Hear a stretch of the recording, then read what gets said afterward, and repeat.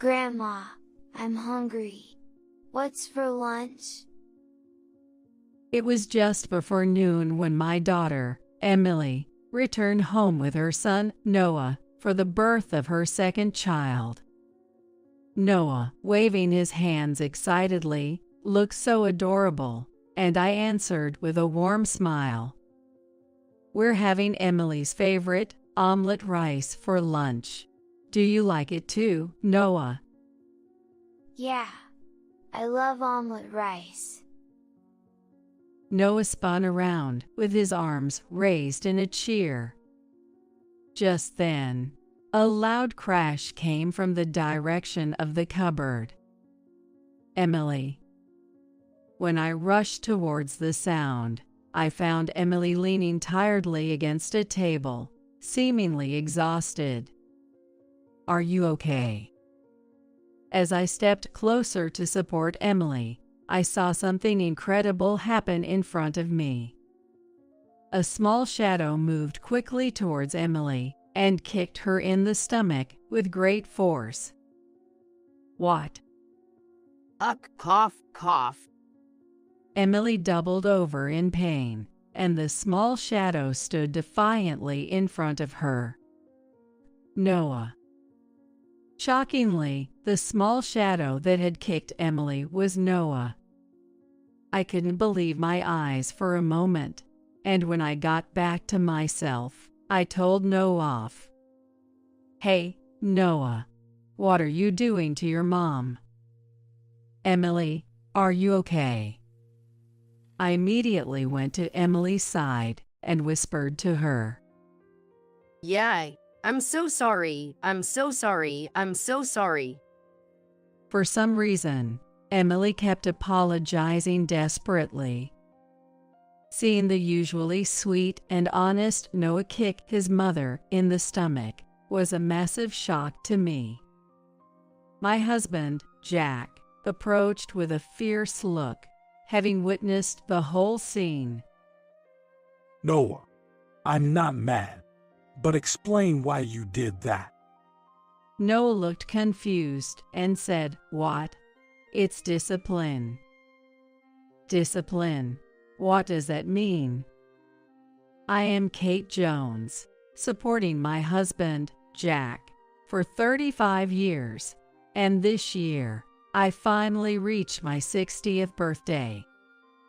We have one child, our 31-year-old daughter, Emily. I've dedicated my life to homemaking, focusing on household chores, and raising our child. Even though Jack worked, he always made time for Emily on weekends and before bedtime. Emily was the daughter we always wished for, and we showered her with all the love we could from the moment she was in the womb. Especially Jack, who had always wanted a daughter since we got married, lavished her with love. He gave her everything she wanted, from clothes and toys to snacks. And I later found out he had secretly taken her to arcades and shopping malls. Emily grew up honest and straightforward, without a rebellious phase, blooming like a sunflower with a bright and cheerful smile.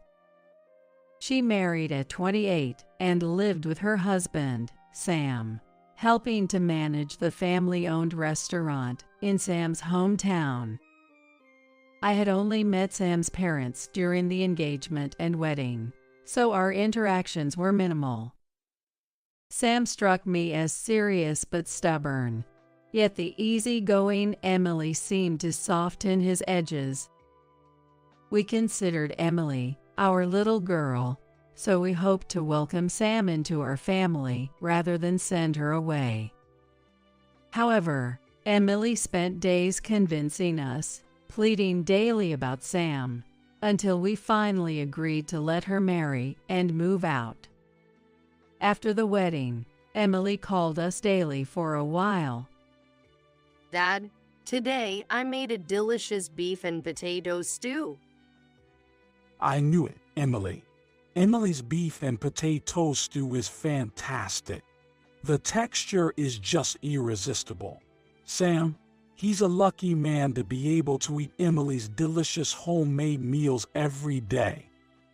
But those carefree exchanges didn't last long, as the calls became less frequent, from every other day to once a week, then to once a month. At first, Emily seemed overjoyed, but as the number of phone calls decreased, she began to waver, saying that the restaurant is busy. Even when Jack tried every trick to keep the conversation going, he ended up getting cut off.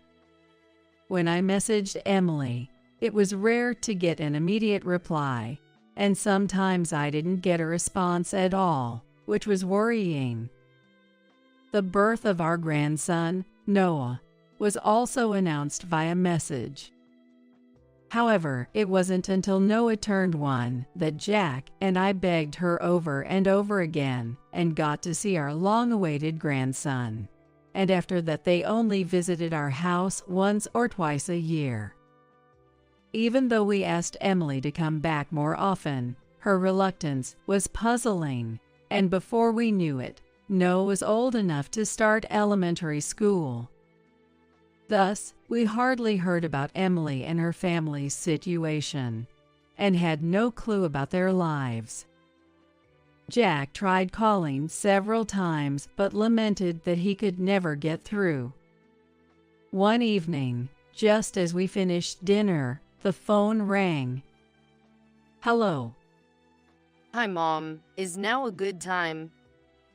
"Yes, it's fine." It was Emily's first call in 6 months. Seeing my surprise, Jack glanced over, so I switched to speakerphone so he could hear too. I'm about to give birth soon and was wondering if I could come home. Would that be a bother? "What? Emily, when did you get pregnant?" Jack stood up abruptly, shocked by my question. Really, Emily? Oh, didn't I mention? The due date is the 23rd. We hadn't heard it. Really? Sorry. But yeah, I got pregnant. I've already chosen a hospital for a maternity visit back home and have gone for a few checkups. Sorry, it ended up being after the fact. Although it should have been happy news, Emily's voice sounded gloomy and hesitant. So, is it okay? I know Dad and you are busy, and I'm sorry to bother you. Emily seemed more concerned about imposing on us by coming back than her impending childbirth. A bother. You're always welcome here. Before I could respond, Jack eagerly assured her. "That's right. We're always waiting for you and Noah to visit." Thank you. Then I'll be in your care? Emily spoke softly and then hung up. Emily. The call ended so abruptly that Jack kept calling her name into the phone, but all we got was the dial tone. Is Emily okay? Jack gripped the phone tightly, whispering as if talking to Emily. Emily sounded off, didn't she?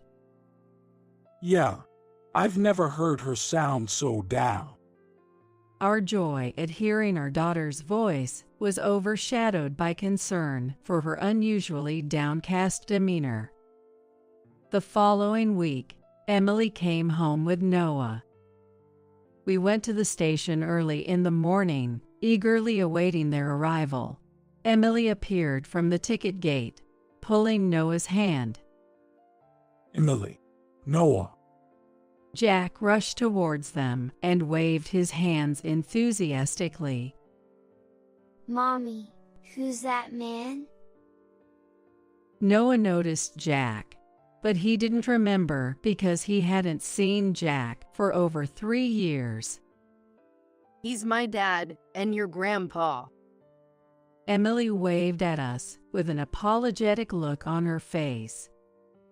As they came through the gate, Jack greeted them with a forced smile, hiding his disappointment at not being recognized by Noah. Emily, Noah, have you been well? Dad. Emily seemed to grasp the situation from Jack's expression, tensing up as she whispered something to Noah. After hearing Emily's words, Noah said with a sharp look of mission, Grandpa and Grandma, I'll be in your care for a while. Of course, you're our family, so feel free to lean on us all you want. It was clear Emily had instructed Noah to say this, so Jack answered in a reassuring tone. It saddened me to think that Emily had become so considerate of us, her parents, without us knowing. Noah, like Emily when she was little, seems to have a spoiled personality, begging Emily to praise him. Emily gently stroked Noah's head while she rubbed her stomach and sighed.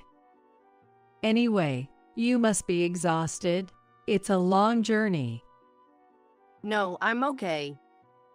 Yet, Emily's complexion was pale, and she looked even thinner than the last time we saw her. Emily, have you lost weight? Are you eating properly? Yes. Emily averted her eyes and began to rub her arms as if to protect herself. With Emily avoiding eye contact and looking downcast, I grew suspicious. Noticing our daughter's odd behavior, Jack suddenly became serious and said, You've come back home after so long. Now's the time to really lean on us. Yeah, thank you, Dad. But Emily's response was hesitant, causing Jack and me to exchange puzzled glances.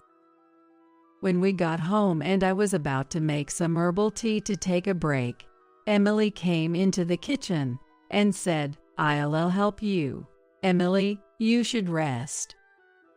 I can help you. I am okay. Emily forcefully grabbed a kitchen towel and began wiping the dining table, sweat forming on her forehead. You were a very spoiled girl. What happened all of a sudden? She had never once talked back to me, but now she seemed like a different person, turning her back to me. It's nothing. I've just come to understand the challenges of being a mom. While meticulously wiping the table, Emily spoke calmly, but she looked so frail I had to force her to lie down in bed. Mom, I am okay. Emily was lying down and saying in a weak voice, and I was worried about her. We're taking care of Noah, so sleep for a while. I am sorry. Emily used to be so bright, like a sunflower, but now she was trembling and seemed so small and scared. It's not I'm sorry. It's thank you, right? Yay, thank you, Mom. I continued to gently and slowly rub Emily's shoulder. She must have been so tired that she fell asleep in less than 5 minutes.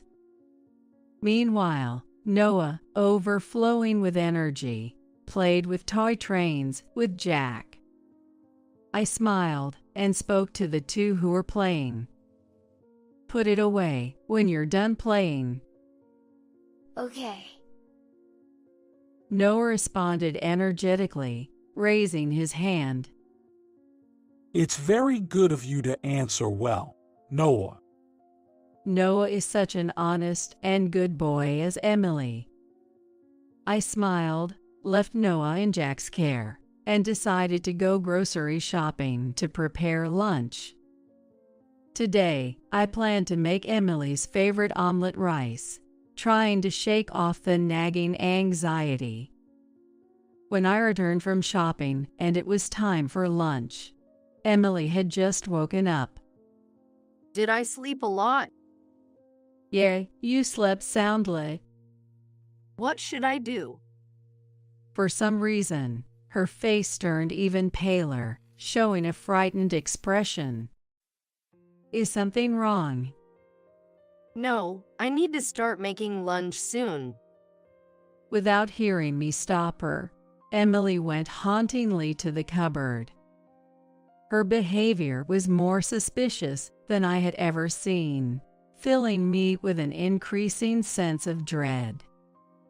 Just then, Jack and Noah, tired of playing and hungry, came. Grandma, I'm hungry. What's for lunch? Noah's flailing hands were endearing, and I answered with a smile. We're having Emily's favorite, omelet rice for lunch. Do you like it too, Noah? Yeah, I love omelet rice. Noah spun around with his arms raised in a cheer. At that moment, a loud crash came from the cupboard. Emily. Rushing over, it seemed Emily hadn't fully recovered, as she was slumped over, leaning on the table. Are you okay? As I stepped closer to support Emily, I saw something incredible happen in front of me. A small shadow moved incredibly fast towards Emily and kicked her in the stomach with great force. What? Cough, cough. Emily crumpled to the ground, with a small shadow standing defiantly in front of her. Noah. Shockingly, the small shadow that had kicked Emily was Noah. I couldn't believe my eyes for a moment, and when I got back to myself, I told Noah off. Hey, Noah, what are you doing to your mom? Emily, are you okay? I immediately went to Emily's side and whispered to her. Yeah, I'm so sorry. I'm so sorry. I'm so sorry. For some reason, Emily kept apologizing desperately. Seeing the usually sweet and honest Noah kick his mother in the stomach was a massive shock to me. Jack, having witnessed the whole scene, approached with a fierce look. Noah, I'm not mad, but explain why you did that. Jack was trying to remain as calm as possible, but it was clear he was struggling to contain his anger, his fists clenched. However, Noah looked bewildered. What? It's discipline? Discipline. I didn't understand what he meant, but my first thought was, first, we need to help Emily. Emily. Supporting Emily, whose gaze was unfocused, I looked into her eyes. Emily, what's wrong? You're acting strange. At my words, Emily flinched and then collapsed to the floor. Emily, are you okay? Emily continued to breathe heavily while clutching her stomach. Emily. Gently touching Emily's back, my warmth seemed to reassure her, and her breathing slowly became more stable. Then the warmth of my hand seemed to make Emily's breathing calm little by little. I gently stroked Emily's back and watched Jack and his grandson. Noah was a good and obedient child, and I felt there must be some reason behind his actions. What's going on, Noah? With his face turning red and looking nothing like the person who had just been playing with Noah, Jack's angry expression made Noah look like he was about to cry. But Daddy said. At Noah's softly spoken words, Jack's eyebrows twitched. In front of Jack, who looked like a demon, Noah finally sobbed and continued his words. Daddy said, this is how to discipline Mommy. What do you mean? When Daddy's not around and Mommy makes a mistake, he told me to discipline her. Noah managed to say between hiccups. If I don't, Mommy gets in more trouble. That's unbelievable. Then Emily, coughing, managed to squeeze out her words. It's not Noah's fault. If we don't do this, Noah gets hit by Sam. With those words, the awful truth I had suspected became clear. You've endured so much. Imagining Emily enduring Sam's treatment alone, without anyone to turn to, brought tears to my eyes. I've been watched by Sam all this time. I couldn't say anything until now. Emily also started crying heavily. Emily, as well as Noah, and the baby will not be happy with Sam. Your mom's right. We can't forgive what he's done to our precious daughter. Emily's tears didn't stop, and Jack's words seemed to finally allow her to voice her true feelings. Dad, Mom, I want to cut ties with Sam. That's brave of you to say. Actually, I've been carrying a divorce petition that I signed, thinking of divorcing someday. When Emily revealed she had brought it even now, Jack immediately said, Let's call Sam over right now.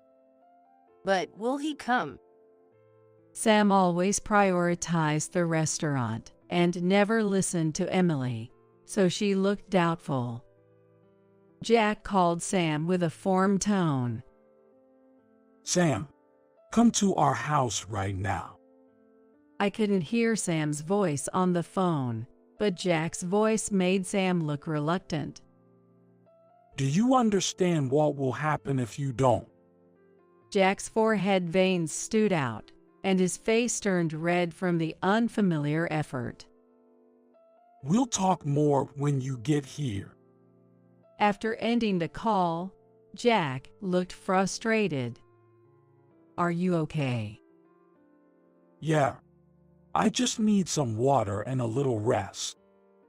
I passed the water to him, and he drank it all in one gulp, holding his head. After drinking the water, Jack felt exhausted and staggered down on the sofa. Noah sat quietly next to Emily, who still couldn't stand up. I clenched my teeth, bracing for what might happen next. Hours later, Sam arrived, his hair messy and dressed carelessly, with a sulky attitude. Seriously, I have work, and you call me over suddenly. Jack, slightly recovered, spoke up at Sam's attitude, which suggested he might attack Emily if we weren't watching. How could you do this to our precious daughter? Sam, sensing something, responded noncommittally and glared at Noah. Noah stood protectively in front of Emily, spreading his small body as wide as he could. I disciplined Mommy in place of Daddy, so don't be mad at her anymore. As Sam slowly moved towards Emily and Noah, Jack stood in front of them. If you take one more step, I won't hold back. Jack's voice, deep and resonant from his core, made Sam shake his head in frustration. All of you painting me as the villain, disciplining a poor wife, what's wrong with that? Sam, showing no remorse, glared at Jack with muddy eyes. That's why I hated spoiled princesses. Do you have any idea how much I've hurt my hands educating this worthless wife? While revealing his abuse of Emily without a shred of guilt, Sam remained utterly unapologetic. Standing next to Jack, I couldn't contain my anger any longer and said, Emily is pregnant. What if something happened to the baby? Even if she weren't abusing your wife, is despicable. Despicable, huh? It's Emily who's really despicable here, being so careless with housework and parenting. Sam started, scratching his head and saying something outrageous. Lately, I've been letting Noah do the disciplining.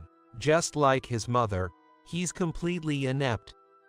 He casually mentioned abusing Noah if he didn't discipline properly, then taking it out even more violently on Emily, as if discussing tomorrow's weather.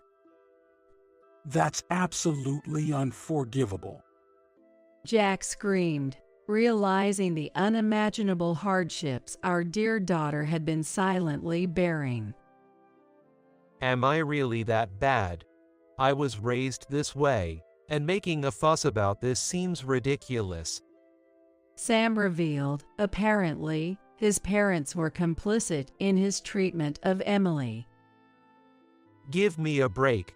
It's ridiculous that I'm being blamed here.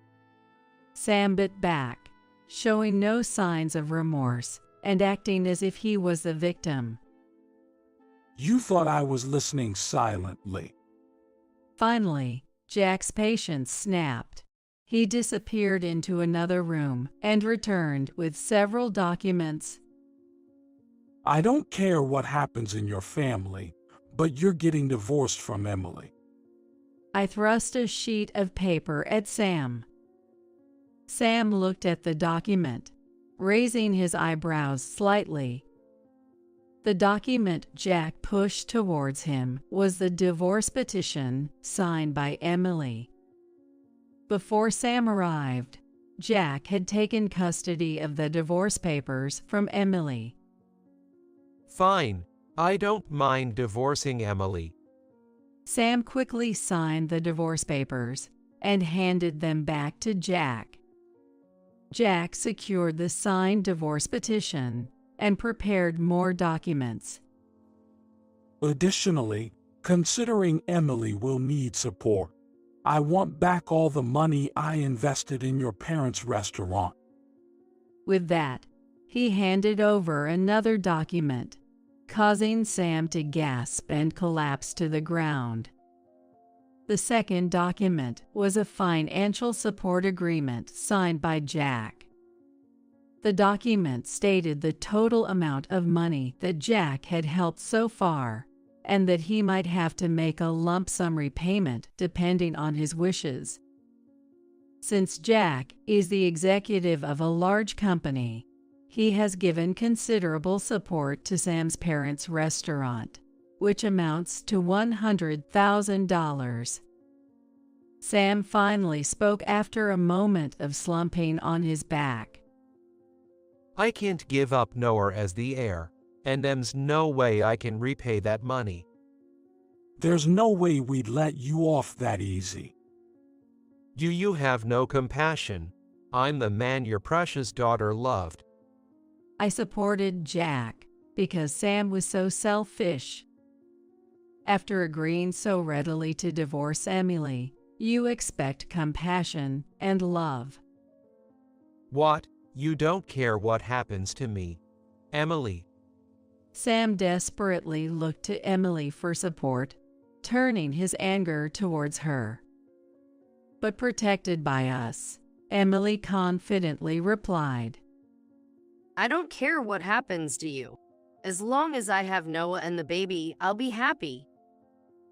So that's how it is. Realizing there was nothing he could do, Sam seemed to lose all spirit, now that the divorce was finalized. Following the divorce, Sam's parents' restaurant, having lost Jack's financial support, faced severe financial difficulties. To save the failing business, Sam accumulated debt, but the business ultimately failed spectacularly. Rumors of Sam's abuse towards Emily and Noah spread, and he was eventually ousted from his home. Sam, now labeled as an abusive man, moved far from his hometown and worked tirelessly in a remote factory to repay his debts. Then Emily and Noah, no longer with Sam, lived with us. On a bright, clear autumn day, the cheerful cries of a newborn filled the hospital room. How is it, Emily? As usual, Jack charged towards Emily, causing me to hastily calm him down.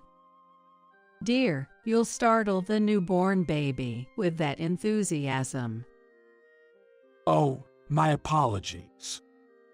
As if slamming on the brakes, Jack came to a sudden stop in front of Emily and flashed a smile as soft as melted ice cream.